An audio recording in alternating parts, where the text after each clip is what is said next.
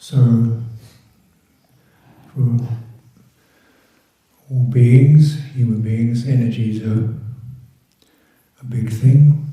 How much energy one has, how to apply it, where does it come from, how is it sustained.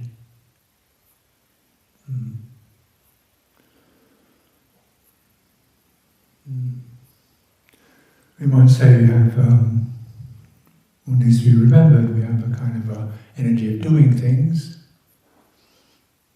an energy of being. The energy of being is just basic vitality. One feels alive, one feels bright, one feels balanced. And in spiritual life, really, that's the important one. The doing comes from that, and also what we do should nourish that sense of feeling comfortable, collected, refreshed, enthusiastic, or otherwise it just dies out, doesn't it?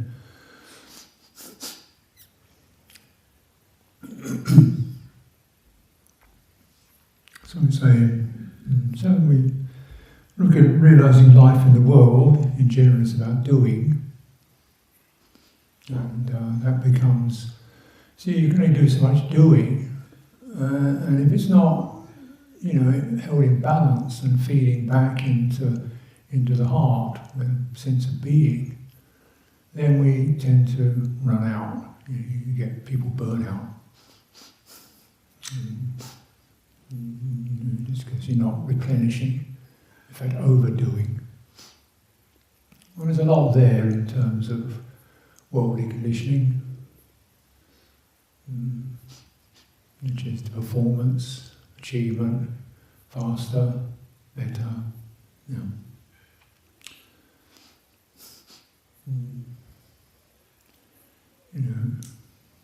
It's always to get more money, to make things more productive. So in this kind of endless drive, not even personally held, but corporately.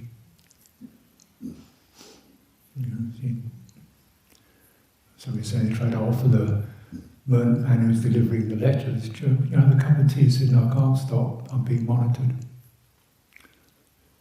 And so you have a moment of break, that gets registered, and then you get sacked.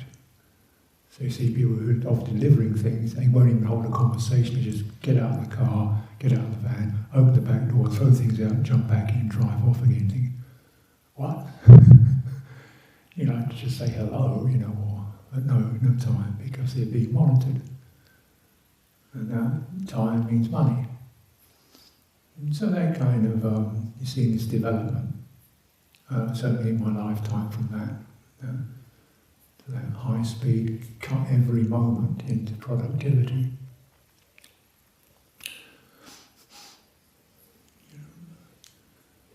And the results of that, stress, pressure, and just not both exerting a lot of energy, but nothing coming back. The only thing that comes back is the pay packet, which of course is helpful, but as the old cliche says, some things money can't buy. So you just spend your money on antidepressants. Keep you going. You know. Either subtle or gross antidepressants. And we say there's something like increasing mental illness, but then again it's really, what mental illness is crazy, no, just basically depressed, unbalanced. It's not mental, it's not, it's not rational illness, it's an emotional sense. The sense of well-being is broken. People are so anxious to get results, performance-driven, pressurized. Even kind of sportsmen, athletes get mental illness because they're driven. And, so it's really, Chitta's being affected.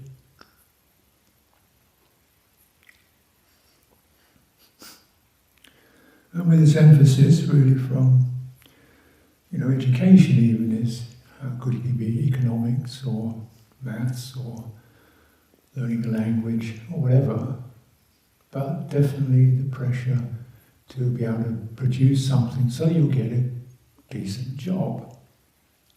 And that will make you, for your well-being. I'm sure the intention, however fuzzy it is generally got some good in it. But what really, how do you get education how to be a happy human being? And understand our strengths and our capacities and how we can encourage and live in a loving, balanced, ethical way in the world. You don't get that. That may creep in, but the main thing is, get the grades. In this programming from early life.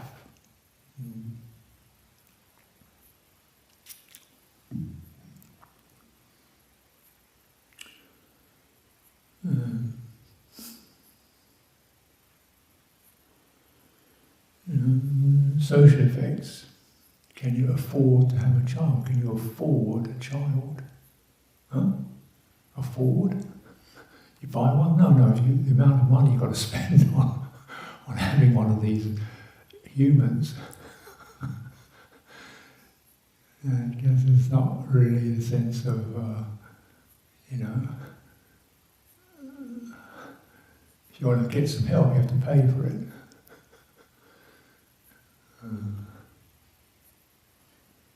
We might say in kind of less developed, in that sense, cultures, then people next door will help.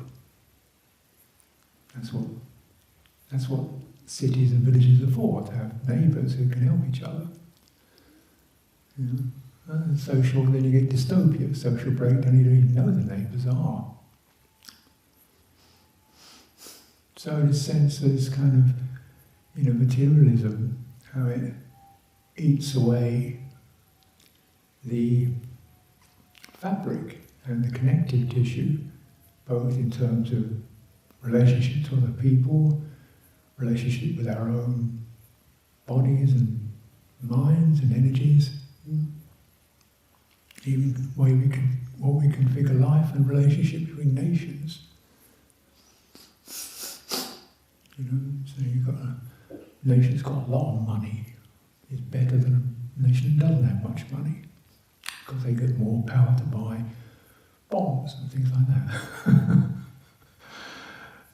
I think, well, who's happier? Who's happier? And that's one of the salutary lessons you begin to, sense, where there is some sense of communal neighbourliness and some fundamental spirituality, not even refined, but just help each other. People are quite happy, even if they're poor. I've noticed this when I was in South Africa, where some of the townships look pretty poor. Kids are running around happy, big smiles. Guys are walking around having time to talk to each other. The women are yattering by the well, chatting to each other. It's nobody didn't get the sack. You think, well, what did we lose when we won all these other wonderful things? What did we lose? And so this can seem like talk about social, but you begin to sense how deeply ingrained these do-it performance things are, and how the valuing and judging. And so when you're coming into spiritual, which certainly, I've been on antidepressants or alcohol or something in my 20s if I hadn't had some inclination towards something about depth. Because life in the world is depressing materially. It's not gladdening. There's glitter to it. Materialism is just glitter, not gladdening, not deeply nourishing. And even realising what has to be nourished. It's not about food and health and diet. It's about this quality of heart. So important to, why I try to reframe the word citta as heart, because even though it's not, it doesn't really exactly cover what we normally refer to, it's still, if we think in terms of mind as the functioning capacity to reason and intellect and figure things out, we can miss something so important about the quality of being.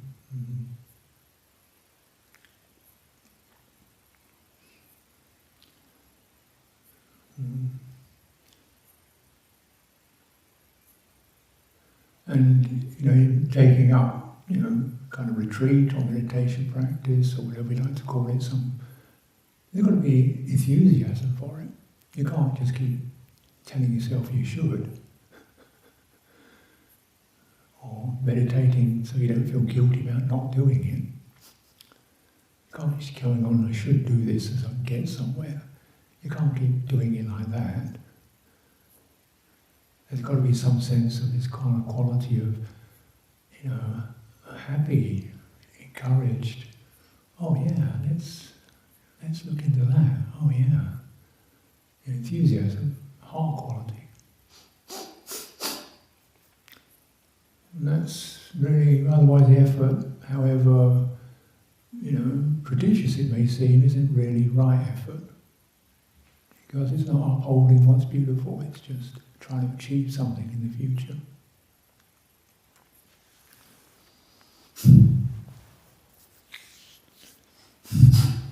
And then you get, so energy, the important energy doesn't come from willpower, although we can use energy for willpower when we need to do it. The energy that we can use for willpower comes from somewhere deeper.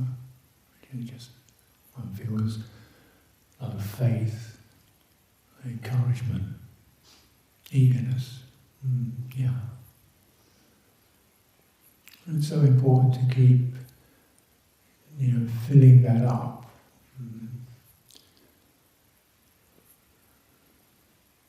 This is where the qualities of metta and its allies are so crucial to consider, bear in mind and cultivate. Because they don't work in terms of progress in that same way. Or how much can you include is more the question. If you want to look at development, how much can you include? is more like the metta direction. You start including anything really. Bringing other people to mind who are easy to include. And then people are perhaps not so easy to include. So at least you're not getting the sense of, distaste or contempt or superiority or anything like that. The sense of metta is based upon a fundamental heart understanding of empathy.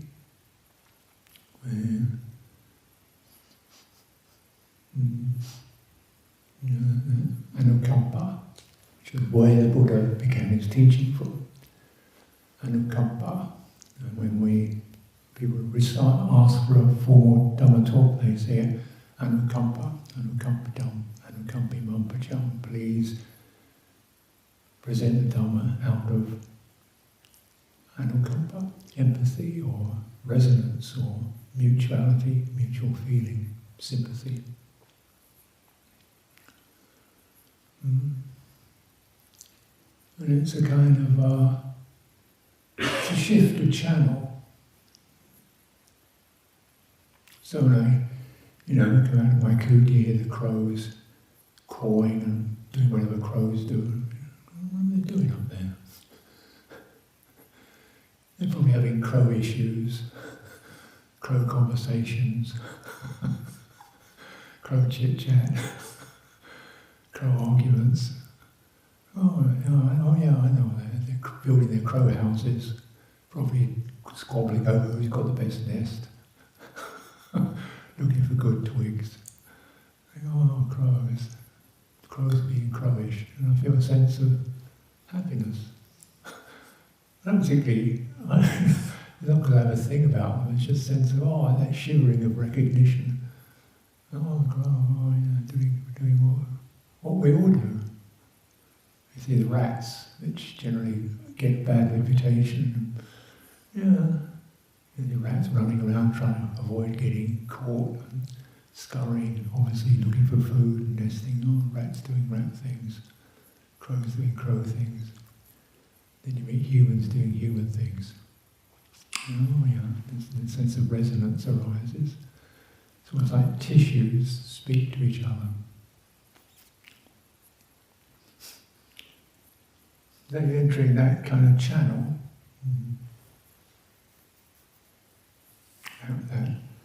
that way of, that kind of intelligence. That's the fundamental life intelligence that helps people to be together, and to form any kind of cohesion, externally with others, internally with themselves. We don't have any sympathy for our bodies and minds, it's always trying to make them produce good results.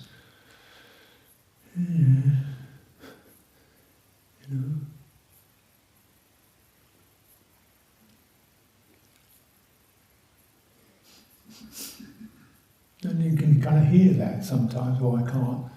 Somebody saying, I don't really feel like I can be in the monastery because I'm not that strong. I mean, get around, walk, turn up, keep precepts, but I don't think I'm physically strong enough. Is that a requirement?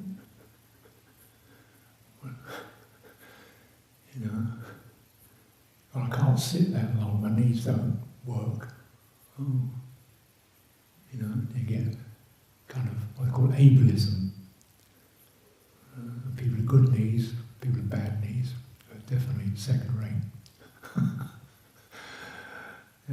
Or people, and you realise, everybody's something, aren't there? Someone's got a bad knees, she's got a dodgy back, his shoulder hurts, bodies are like this.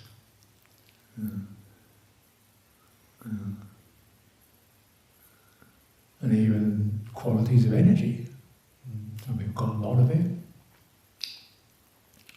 other people can't keep up. Just don't have that much juice. So it's not really said, but somehow or another the very feeling of being like that, you feel inadequate.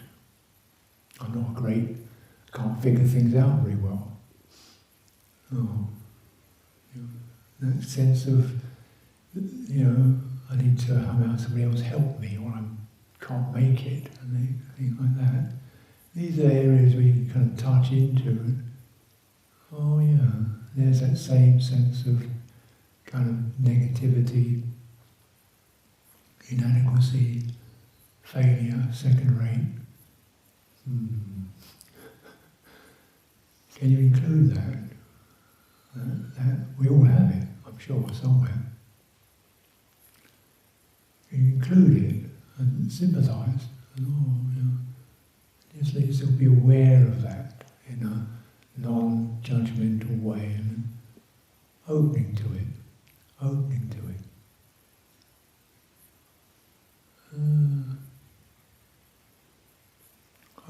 it. And just, the voices or the moods of distaste, or just kind of just putting some energy into those, clearing those. Where's the goal? Where's the benchmark? Where's the bar you have to climb over? If you're building those internally, and of course, one can understand the conditioning that does that, still, your effort, your energy has to be, take that into account, begin to not build bars and cages and benchmarks. Otherwise, it's not pure. And purity is the thing.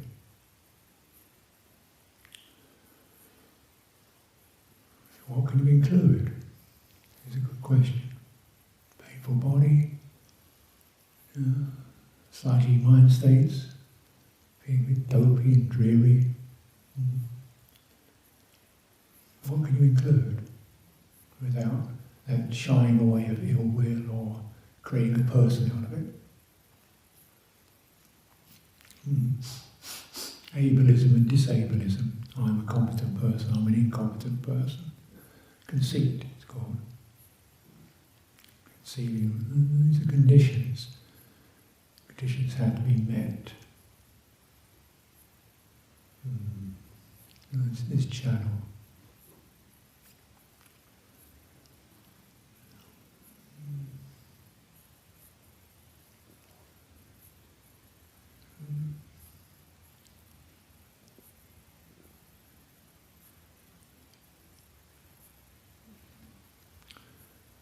And absorbing it.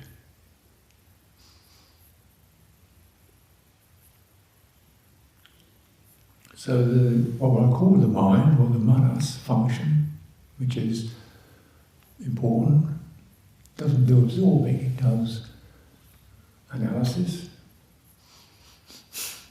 it does inquiry, skillful, it does specific accuracy, in that sense, skillful. It doesn't do absorbing. That's not its job. It doesn't operate on that channel. So, we look at a word like jhana, absorbing. How much effort you have to get to absorb, to get to some special state where you can absorb. And then, that's getting it wrong. That's the wrong way around. And naturally, sometimes you read these texts. This person's got this kind of incredible ability to sort of sit there for 4 hours or 5 hours, just focusing on one point, get really absorbed. Wow, amazing! I can't do that. Well, maybe the absorbing doesn't count. Maybe it's just it's really right there in the suttas. You can't really get very far without seeing this term cropping up.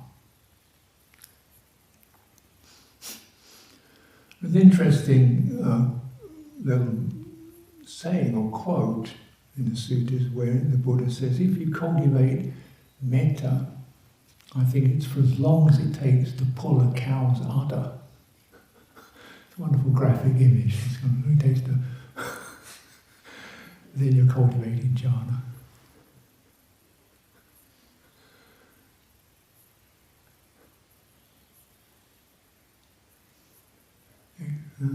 Because metta is deeply, it's a channel that does easily takes absorption, because it's an emotional receptivity that takes things in. Oh, I feel happy. Oh, you feel happy.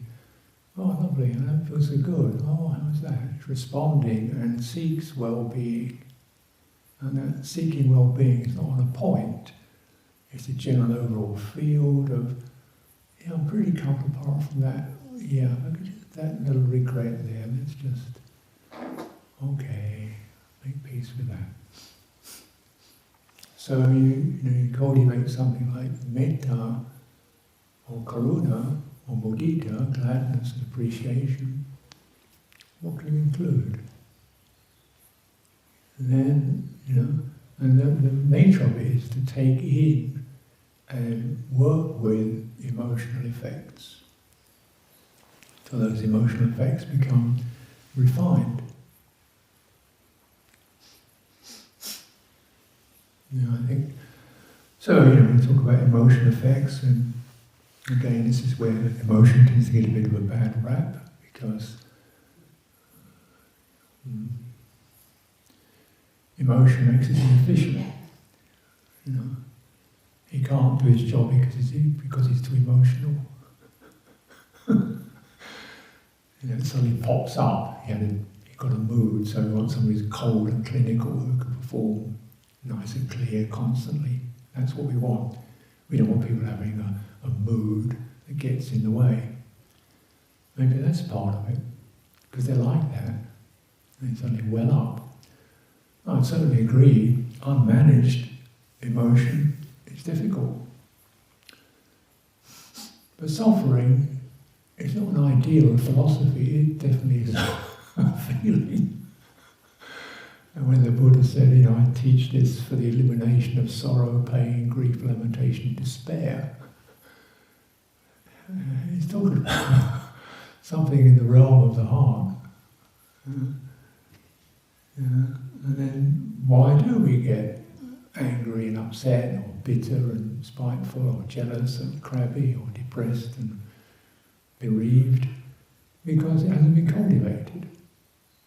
Not because it's bad, it's just you haven't cultivated it fully, where you can actually include separation without breaking down. You can include pain without getting tight and defensive. You can include failure without getting into judgment and, sometimes, I don't get it right. So, how is he going to learn? You'll be perfect on day one. No, it's about, that quality. So this sense of, harmfulness, and how that begins to moderate the surge of need to be, need to get, didn't get, when will I ever get, what's the point, how long do I have to keep going, what do you have to do to become something, anxiety and craving. Yes. Including that, and calming and soothing, and being present with that.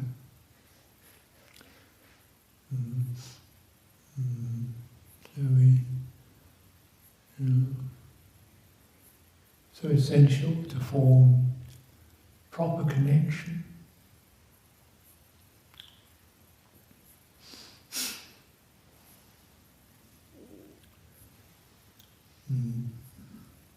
So that's what inclusion's about. It means you can connect to the aspects of your heart which are not so beautiful and bright, or a bit muttering and grumbling. Okay, include it, not to authenticate it, but what's needed here. What's needed here in this kind of saddened state. A sense of resonant, steadying, not going into judgment, pressure. Gradually, those qualities will subside. So you don't have to be super enthusiastic, just emotionally connected. And sympathetic, of course.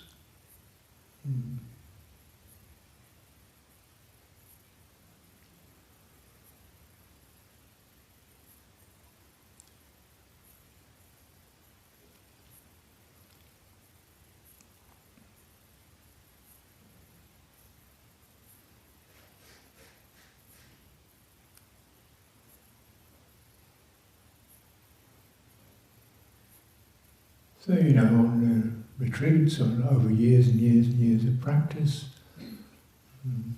whatever you call it, a sense of, great rush out, the conquering hero to attain the deathless. That one lasts doesn't last too long. And then you kind of try to just keep steady and with it, and then sometimes you really don't really want to bother. What do I have to do all this stuff for? Okay. Steady. You just hold the body, walk, stand, refrain from going out into unskillful directions, hold the form, connect to all what's being felt. And there's an effect when we open to all of it, somehow or another the energies start to line up. Because normally, almost by reflex, we feel something painful, we kind of brace against it, we shut it off, we try to push it away. Physically, you can find it in your body. So it starts to shut things down, and so you coming into your body is opening to the areas uncomfortable, including that in the rest of the body, so you can let energy move through areas that feel stiff and hurt. And same thing on that heart level, bits that feel a bit sad or depleted, and opening the heart to include those. It's also as part of the picture. Now that. And you find that by not adding ill will, or shutting down, or pushing away, or justifying, of course, our connections as they establish begin to stabilise, steady. Because it may sound kind of corny, but I think the heart's nature is basically benevolent. Because, of course, it's there, we're here to be alive, it's trying to, that's what it's about, isn't it? Having a sense of purpose, and that's what it's designed for, is to, be something that gives us joy in itself, not by adding things to it. So when you farm out your feel-goods, when you farm them out, so you feel good because you've got one of these, you feel good because you can do one of those, you feel good because you know so-and-so, therefore you're in the positive group. When you're farming out your feel-goods to conditions that are not intrinsic, the heart is being made redundant, and it begins to lose presence, including it, and disconnects start to happen. And then you feel sad when you can't get, or you feel lost when you can't have, or you feel, because we haven't really cultivated that.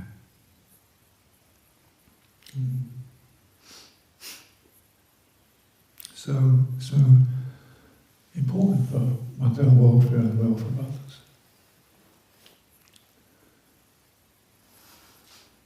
I remember visiting Cambodian Bhikkhu Venerable Mahakosananda. And you know, Cambodia, well there's the story, isn't it? A third of the population of the country getting slaughtered by their fellow citizens. Most of the Sangha being killed. Brutal ways. So he's a senior Cambodian monk. Yeah. And he came here a few times. He shone like a light bulb. He just got into glee. And I visited him I think it was in Providence, I think. Rhode Island, anyway, somewhere. And it was in the back area of town, it's the refugee area, Cambodian refugees. And it was a pretty beat up area of town. And he had this little vihara, and he was just shining with gladness and glee.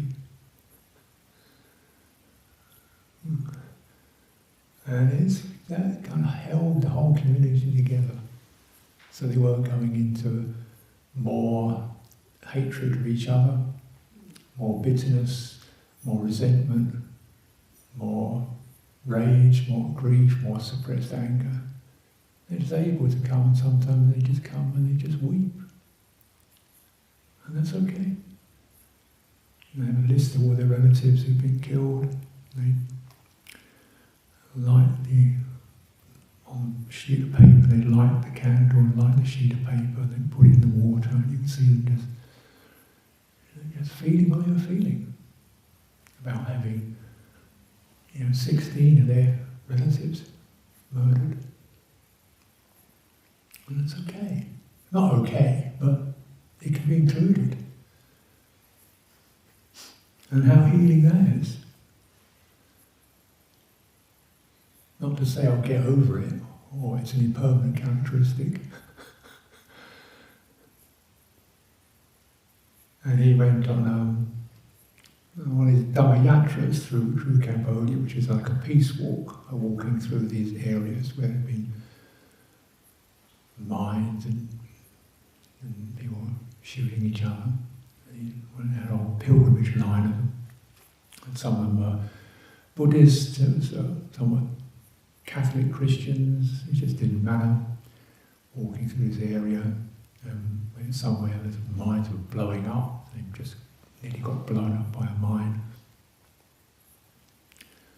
So they got blown up by the mine, and the priest says, "Oh, Jesus saved us." And then Mahakosananda says, "Buddha saved us." He says, "It doesn't really matter, whoever saved us. We're grateful." Rather than, feeling, "Oh no, terrible, how do you think of that?" We were saved.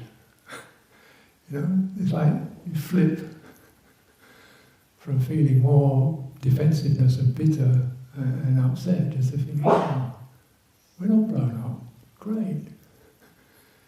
And see how that switch.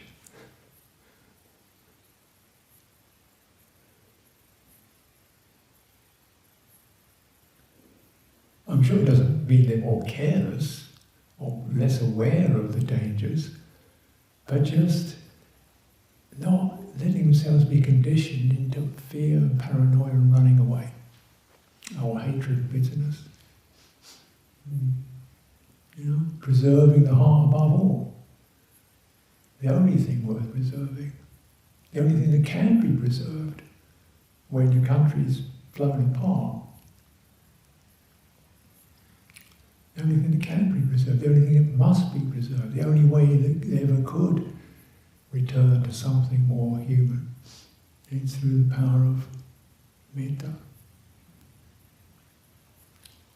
It's not a small thing.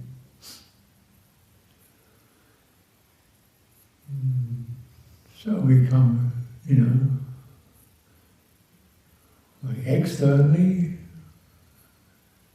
you see the horrors that are going on every day in the world. People with different ideologies, different religions, different countries and so forth, just hating, bombing, shooting, for power, for wealth, for gain. And just realise it just gets worse and worse. Because it naturally produces more bitterness, more resentment, more of the same. When are they ever going to get it? When are we ever going to get it?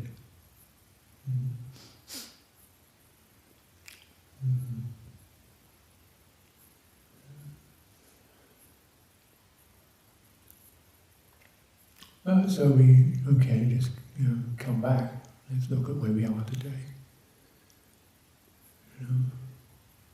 There is a sense of time, and measurement. Have you got anywhere? How do you, will you get anywhere? Just, look at that, look what there's underneath that, those measurements, those marks. Where are you now? You're peace with yourself, how it is. The only way growth can occur is through warm-heartedness. Not saying where you're at is absolutely where you want to be forever or perfect or whatever. No, but the only way it can grow is through warm-heartedness. It's not going to grow. You can kind of clip things on, but organic growth from the heart has to occur through qualities of metta. Metta, an agent, naturally responsive, suffusive, takes things in. You feel the energy of it is a distinctly different form. Whereas most of our mental energy shoots out like an arrow to objects, even to imagined objects like next week or something, or where I'm going to go in a year's time. Things that aren't even here, shoots out. Or states I haven't got to, or knowledge I haven't arrived at, or something. An arrow is an arrow that shoots out to it. But noticing qualities of jhana and metta, they talk about suffusion and pervasion. The energy of the heart is not shooting in an arrow, it's just misting, spreading, opening, softening, something that saturates, more like fluid, like water, or like warmth that pervades. And both these levels or developments, both the samadhi development and the metta development, are framed using the same word. Paritva, spreading. So, saying it's not one part of your body that's not pervaded by happiness and ease. And you cultivate your own metta fields, anywhere in your field of people you hold ill will, look down upon, despise, feel jealous about, feel yourself, or even yourself, your own images, yourself as being inadequate or not, or you should be. Any of these areas of negativity need to be gently pervaded. You can stop putting the measurements on, measure how much you can include instead. If it's sad, compassion.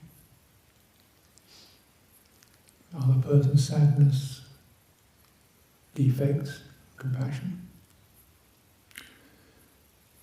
If it's, that naturally gets a lot of headlines, mudita, being able to appreciate rejoicing. I live harmlessly. No creature need fear me. I live without intoxication. So my mind is clear, it's not foggy. I take that seriously.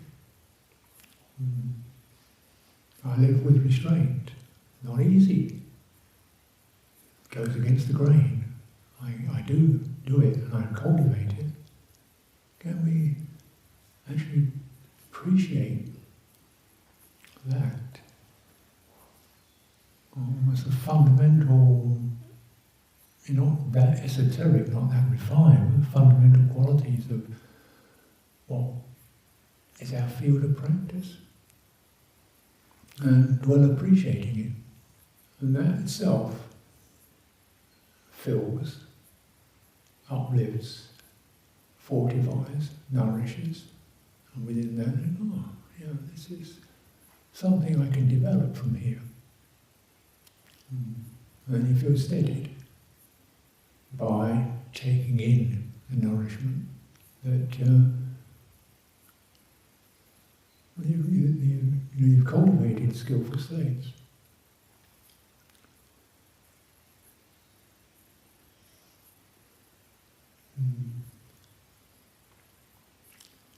Even for the duration it takes to pull a cow's udder. Perhaps you could put another one.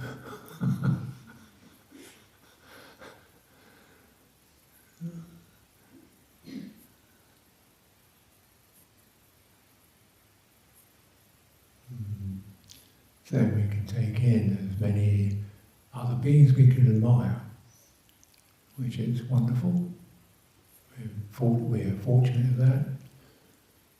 But remember, it's the qualities,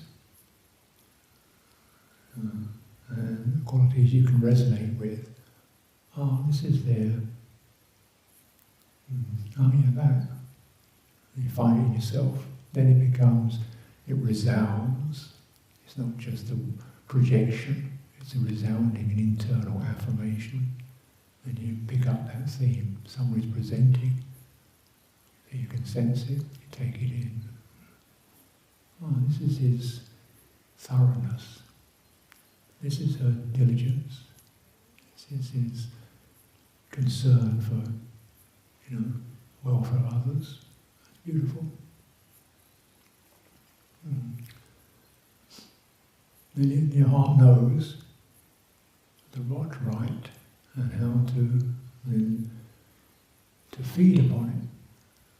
So it builds up the strength to spread to areas that are left out, gone dead, disorganized, hurt. And so we become more and more whole and complete.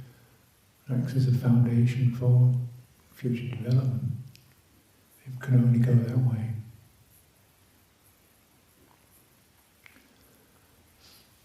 So let's take some time for direct practice.